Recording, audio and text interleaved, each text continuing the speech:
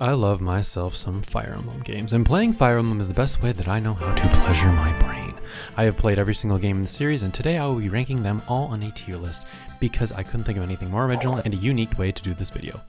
So we will be going from Fire Emblem 1 all the way over to Engage, ranking them from S to never played, which is, why is that even here? Get that out of here, I already said I played them all. Also I wanted to make sure I use the whole tier list, but I also want to make it clear that if a game is in D, that does not mean it's bad. That is why I've added the God of War 2018 benchmark into C tier, because that is where I think this game would land compared to the Fire Emblem games, because I like God of War 2018, but it's not my favorite thing of all time. Somewhere in my top 100 games of all time, but it's not cracking the top 25 either. Anyways, let's get into the ranking, as the final result will shock you, or at least some of you. For the cultured fans out there, you will agree with everything I say, and that is your cue to like and subscribe. So let's start off at the beginning. In the past, I have called the NES games the historical art pieces, and I will stand by that. FE1 is something to look at and appreciate how important it was, but as soon as I touch it, the alarms go off and I'm in jail for murdering the ROM file. While there is a lot of good about this game, the game tells a war epic, and I haven't played all the NES games around this time, but it's pretty impressive how much story this game does have compared to its contemporaries. Also, just look at it. It's got some pretty good pixel art and portraits for the time. It's also the most important game, because if we didn't have this, we wouldn't have Fire Emblem, and guess what? I like Fire Emblem, so I have to thank this game for that. The main problem I have with FE1 though is that it's old and slow. I know, shocker for an NES game. And spoilers, but there's a better version of this game. It's not a bad game, but it's also not really a timeless classic like some of the other NES games of the era, such as Super Mario Bros. 3 or even Zelda 1. It's got a lot of inventory management jank, and it's missing a lot of the quality of life changes from later games. But good thing is that the franchise has only gone upwards from here. Imagine that, a franchise improving upon its first release. But it's also not the game's fault. It's creating a whole new series from scratch, and a good first attempt at a strategy game on the NES. So we're gonna put FE1 in D tier, right in the middle. It's impressive, but we're comparing it to the other Fire Emblem games and God of War. Next we have Fire Emblem 2, Gaiden. It's often been called the black sheep of the franchise, and I have a tendency to enjoy black sheep. This game is pretty much all the same problems as FE1, but it added proper trading, looks a little bit better, and it did mix in some more RPG mechanics and dungeon exploration. It also has way better music. I also really like the dual pro tag storyline, which I can't think of any other Nintendo games around this time that had done something that crazy. And while I appreciate FE2, there is a remake, and it may or may not be my preferred way to play this game. Spoiler. Or is it? Maybe I'm misleading you, and I actually despise Echoes for ruining this classic game that is beloved by many fans around the world. Well, actually just Japan. So we'll put this game in D, right above FE1, but mostly for the Dong Armor cover art. Next we have Fire Emblem 3 Mystery of the Emblem, 2 games in 1. The deal of a lifetime, one of the best selling Fire Emblem games in the entire franchise, improved graphics, and a much more polished version of the series, with deeper storytelling that expands our lovable cast from FE1, and I've never finished Fire Emblem 3. Yeah, I know, I'm a little bit of a liar saying I've completed all these games, and I don't know, where there's something about FE3 where I recognize it's better than the other two, but I just can never get through a full playthrough. And again, there's a remake of this game on the DS, so I will do the heinous thing of putting this game in D tier for did not finish, but still right above the NES games, because I think this game's story is better than the previous two, and they had the insight to proactively remove the Avatar character from New History. Absolute genius. But now this is where things are going to get a little bit more interesting. 4 steps forward and 2 steps back is probably the best way that I can describe Fire Emblem 4 Genealogy of the Holy War. This game is just awesome, a multi-generational story, the first game with a marriage system and child characters, and it's not cringe. In-depth mechanics like Holy Blood and leadership stars that I still don't entirely understand to this day, giant sprawling maps with battles that feel like an all-out war, that even later titles just don't compare with this one, and yes, the story has one of the best twists in Fire Emblem history. FE4 easily stands with the greats on the SNES. It is an easy S tier. Okay, wait a second, I have a confession to make. I was actually only planning to put one game in S tier, and that is the game I want to cement as my favorite Fire Emblem game, so we'll actually be putting FE4 in A tier. It's not really FE4's fault. It's just, for all its greatness, it's almost too great, and it does have some problems still. It's a fat game. I do think it's cool that the battles feel like you're actually fighting a war instead of just a couple disjointed skirmishes, but they can get boring before that reason. There's just so many characters on screen, and the game also gets pretty easy later on, even without understanding all its mechanics, and some characters can almost solo the entire game. But back to the positives, I also really enjoy the portrait art of this time period, as it's got that old school 90s look, and the amount of unique characters in this game is just insane. So yeah, again, we're gonna put FE4 in the A tier for now. I really like Thracia 776, especially the early game maps. This is one of the hardest Fire Emblem games, both intentionally and unintentionally. It introduced cool mechanics like the capture system, which early on are the only way to get new weapons, and also the reason the first time I played this I essentially softlocked myself and had to start over when I ran out of weapons. This game also added fabulous new mechanics like Fog of War. Or let's just turn off half your game screen so you can't explore the rest of the map. It also has one of my favorite sequences in Fire Emblem history. There's this string of maps involving a prison escape, and I don't want to spoil too much, but it might be one of my favorite sequences in the entirety of Fire Emblem. For the time I played this was one of the hardest things I have ever done, and also the point where I almost sockblocked myself. Then later maps get even crazier with staff usage and enemy placement. If you haven't played Thracia 776, I really think you should. It's not as your first Fire Emblem game, but somewhere later down the line. That all being said, the only downside is Leaf is my favorite protagonist, and some of the cast is a little bit forgettable, but we're going to put FE5 happily in A tier, right over FE4. Fire Emblem 6 The Binding Blade is an interesting point in the series where they had lost the original creator Shozo Kaga, and they were moving on to a handheld for the very first time. But they also still were not selling these games worldwide, and that's why I'm going to say this game, Binding Blade, it's a good Fire Emblem game, but it's also kind of boring and forgettable outside of Zephiel's cool moments, and the story is just kind of boring. I've also only played the game about 1.5 times on normal, and some of these others I've played multiple times in comparison. And then when I did attempt a hard mode playthrough on that half amount of time, I just got kind of bored and frustrated with these same term reinforcements, which this isn't the only game that has that, but it's also did feel a little bit more egregious here. And I can see how an FE6 diehard who knows this game in and out would love these maps and just going through it, but that's just not me right now. This game also looks weirder on newer screens, but that's just a little bit nitpicking for me. The biggest saving grace, and why I'll put this higher than the earlier games, is that it has a lot of the quality of life features that the series has built up until this point. But again, it still removes some of the cool features from the last two games. So C tier it is, still over God of War 2018 though. Now we finally got the first game that did finally reach the Western world for us weebs out there. Now I didn't play FE7 back in the day, but it does stand tall as one of the most played Fire Emblem games out there for me. FE7 is just highly replayable, and that's just how it's designed. The colors just look a lot better than FE6, and it's a little bit smoother as well. And I think the story is definitely better than FE6. It's also a great introduction to the series for any noobs out there. There's just so many ways to tailor your experience in this game. You can play through Lin mode for an easy tutorial, or you can play through Elliewood normal for just a casual jaunt through the game, or you can go all the way up to Hector hard mode, Iron Man run, for a true challenge. Character designs in this game are also top-notch, and the main trio in this game are one of the most memorable in Fire Emblem.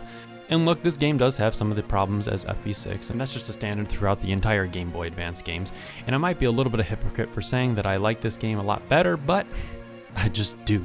And it's just more fun for me to play, and I just understand it a lot more. I don't think it's as crazy as the SNES games, but I do have a fondness for it in my heart, so we will be putting it in B tier. Also, I have a video on this game if you want to go watch that. The best way to describe my love for Sacred Stones is just call it my junk food Fire Emblem. It's not the best story, it doesn't have the best map, and it doesn't have the best characters, but it's also like top 5 in a lot of those categories, culminating in a weirdly comforting game. And when I want to just go back and play some Fire Emblem and not really challenge myself, not analyze every line of dialogue, and just sit down and enjoy and play a couple maps with a cup of coffee, I go to Fire Emblem 8. I think I have started Fire Emblem 8 about 20 different times. I've only beaten it a handful. I just like starting it up again where everything's just much more fun to look at and just enjoy it. It's kind of just like fast food pizza. Eat enough, it's great. Eat too much and you'll get a little bit sick of it, but you'll just always come back for more, no matter how much you get of it. And there's only one more game that I really enjoy for that casual experience over this one, so we're going to put this game into A tier. From one casual comfort game to another, this is Path of Radiance. Remember when a couple seconds ago I said FE8 was like a fast food pizza? Well, Path of Radiance is like your favorite pizza in town. It's still pizza, meaning it's still an easy game to play and enjoy for newcomers as well as veterans. And the only real problem is that it breaks the bank. I had actually bounced off of FE9 a couple times and I wasn't really invested in it until I bought my own copy of the game for a lot of money and played it with an actual GameCube controller on an actual GameCube. And then I truly enjoyed it.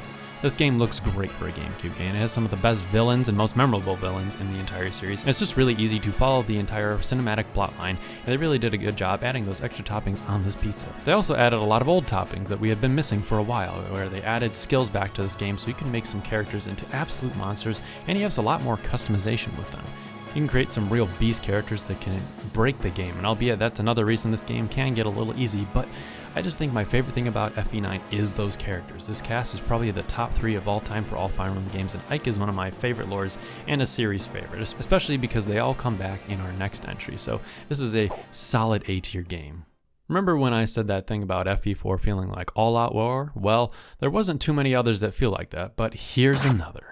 Radiant Dawn is a spectacle, a multi-faction war spanning 4 distinct parts, costing you a whole grocery trip. All of our favorite characters and some new ones have returned, and that's a fun thing about this game, seeing all those characters and how this world has evolved since FE9. It's also a pain in the ass, but in a good way. It's like a mix between Thracia, Path of Radiance, and FE4, and despite all that praise, it does carry over some of those game's problems too. This game is really long and a little bit boring, especially on those enemy phases, just like FE4, and after a while I had to turn off combat animations. It's also the last game that I completed before making this video, albeit that was like about a year ago or a little over a year ago at this point, and maybe I need to play this game again, but it kind of sits as a happy B tier game for just being a good game, but not something that targeted my heart in the same way that FE9 did. Yes, we have finally made it to the DS era, the 2 games that almost killed Fire Emblem. Looked like shit, had very few extra features on account of being faithful remakes of an NES game, and one of the blandest stories in this game. This game just has no race. F tier... Wait, okay, I'm lying. I actually kind of like these games. I don't know what I'm talking about. I think these DS games have probably the worst reputation in the series, especially amongst those filthy casual audiences. Pfft, disgusting. Three-Houses players, let's all go spit on them. I'm joking, keep your saliva in your mouth. Now the story in these games is pretty abysmal. I mean, it's really impressive on the NES, but on here on the DS where there's tons of games with amazing writing and stories, it makes these ones seem kind of pathetic, and New Mystery tries to shoe in a bunch of new story stuff, but it's not good story stuff and it more hurts than helps the game. Shadow Dragon might also have a lot of those problems, but because its simplicity and essentially on harder difficulty, it ends up becoming one of the most chess-like Fire Emblem games, as it's stripped a lot of those other features that we had just gotten back in the last 2 games. In this game's harder difficulties is really only for the diehard fans, but if you're a wannabe diehard like me, you know there's nothing more satisfying than watching a low turn count run of both of these games. You know what I'm talking about, and that's why I'm kind of lumping them together, but I don't really have much else to say about New Mystery either that isn't similar to Shadow Dragon, so I'm going to put these games where they belong, in the bottom of C tier, and again, New Mystery, ditto. Fire Emblem Awakening is my favorite and first game in this series, and I've talked about it before. It not only saved the franchise, but it saved me as a gamer. I was ready to dip out on the hobby before playing this, and it's what brought me out of my Pokemon burnout phase. It's my ultimate comfort game. It's one of the only games that can make me tear up as well as bring me out of a bad mood with just a few taps, and I love and appreciate this game for all its flaws and everything. It's got some of the best music, my favorite cast. I love the style of it, and there's just nothing better than Fire Emblem Awakening. So it's my first and only S tier game on this list. Fire Emblem Fates. It's a game on here 3 times for all routes, and that kind of shows that this is one of the most ambitious and crazy games that they have released on this list. It's also one of the most controversial Fire Emblem games, and well, actually, I don't know if that's still true anymore or not, but I mean, 1/3 of this game is offensive shit and one of the worst Fire Emblem games we've ever gotten. Another third is forgettable and bland, and I just don't really remember what happened in Birthright, if I'm being honest. In Conquest, I do really enjoy a lot of the aspects of Conquest, and it feels like the best version of this game, and albeit before this, I hadn't really picked up the game in about 6 or 7 years, at least before making this video, and now that I have, I will say that Fates gives me a lot of feelings, and I would say some are good and some are bad, and despite playing the shit out of this game the year that it released, it's also not something I really go back to very much right now. But while I am making this video, I have felt this desire to just give it another shot. So right now, we're putting Fates of Conquest specifically right in a low B tier, because that's how I feel about it right now, but I'm kind of feeling maybe I might make a Fates retrospective coming in the next year or so. Maybe spoiler, I don't know. But we're just going to put a little bit of an asterisk right now around this game. Now, Shadows of Valencia, holy shit, that is a good-ass game. I love Echo's existence because, again, it represents the perfect palate cleanser and a much-needed change that not even the most successful franchise could pull off. Good voice acting. It's a stunning modernization of the NES game with some amazing performances, and the art is so good. I became a curmudgeon on release of this game for the next 2 titles on account of just really loving how these games' portrait and art design looks. That being said, it does have some problems because it's a faithfully remade NES game, but where I feel like Shadow Dragon was a good gameplay remake of the NES game, and then story was kind of an afterthought to the point of kind of ruining it at points, Echoes just breathes new life into FE2, and I think it elevates its best and worst qualities. Yeah, there's some aspects that I don't really like. I don't really like the whole investigating towns thing, on repeat experiences at least. And like when I want to play Fire Emblem, I just kind of want to do the maps, and those can kind of be a little bit bland. But when I'm ready for an inevitable cleansing, this game is the game I choose. And the complaints I do have feel a little bit hollow, because honestly I don't even care that much about them that much, because I just really love this game, and we're going to keep it at around a middle B tier game. Oh man, we're gonna go on a little bit of a tangent here, but hear me out. Let's start with the good for Three Houses. Three Houses is an absolute beast. It can be a war epic on par with FE4 and Radiant Dawn, but also has the fun little, more relaxing and romancing characters things that we've gotten in the 3DS games. I don't mind the personification of this game since I love Persona games. In fact, I'd go so far to say after my first playthrough of this game, it was probably my second favorite Fire Emblem game ever. And there's something just so amazing about these characters and the voice acting, and that's something that they really focused on in this game. And gameplay-wise, there's so many ways to customize those lovable characters, and I think it's just a really fun game to play, and it's a little bit different from the others. But because I am a Fire Emblem fan, I just had to go and ruin it for myself by obsessing over this game. Because while gameplay is fun, story-wise I wanted to see everything this game had to offer, and that means you need to play through this game at least 4 times. And this is the order that I played through those routes, and it wasn't until later that I kind of realized I probably messed up for myself by doing it this way.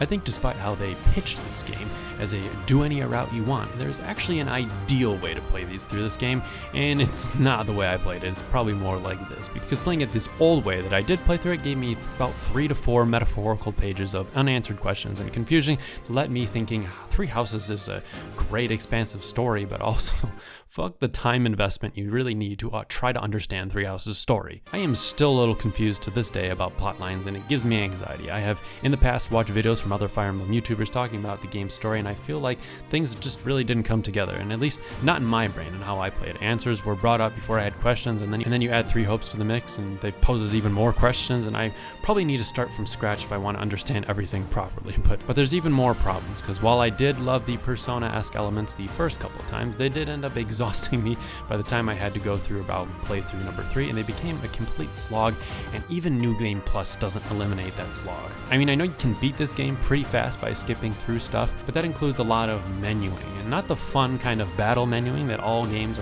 we know and love for, but the boring calendar menuing, and it's not really why I play these games, and it's also why I don't think people really speedrun Persona games very often. And why I really love Fire Emblem is raising up my characters' levels, doing maps, and the less I'm doing it, the less fun I'm having. And now in 2025, I am just exhausted by this game's existence. Despite knowing I have a deep love for it somewhere, when I pick it up, it just doesn't make me happy like that first playthrough. But I do remember that first playthrough very fondly, and I still remember this game as one of my favorite Switch games. But when you start to comparing it to other Fire Emblem games, that's where the cracks start to form a little bit, and that's what this whole video is about. So it is still a solid B tier game, but I think I've kind of almost killed my enjoyment for this game in a certain way by being too much of a fan. But catch me in like 1 or 2 years when I've had a little bit more space for this game and I re-evaluate it. It's not you, Three Houses, it's just me. I just don't feel the same way about you anymore.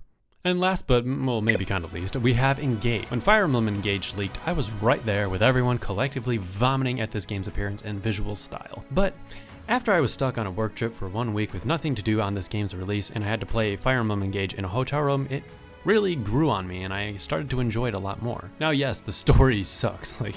Story is probably maybe the worst in the entirety of Fire Emblem. But the gameplay, while different, was again another fresh take on the series. And while it's not my favorite rendition of this formula, it also represents so much about how this series just isn't afraid to take weird risks and make weird games. Like Three Houses and Engage are so polar opposites, yet they sit back to back in the series. And what other series of games really does something close to this? And this game doesn't suffer, kind of like Three Houses does a little bit with trying to be a great game or a Game of the Year contender. It's kind of just trying to pay homage to the other games in the series, and I respect that. It's still not my favorite, but I could almost put it a little bit higher over Three Houses if the story didn't suck so much. But regardless, the highs of Three Houses are very much in the past, and I cannot allow this game to proceed any further. So we're going to keep this game in the B tier, but also don't forget the God of War benchmark. Remember that when you make your main comments, call me a low tier scrub or idiot charlatan or whatever you can think of. But that's it. That's my definitive ranking of the entire series as someone who has played all of the games. I know there's some, the Warriors games and some of those other spin-offs, but honestly, I could rank them, but most of them are not going to really make it past C tier, if I'm being honest.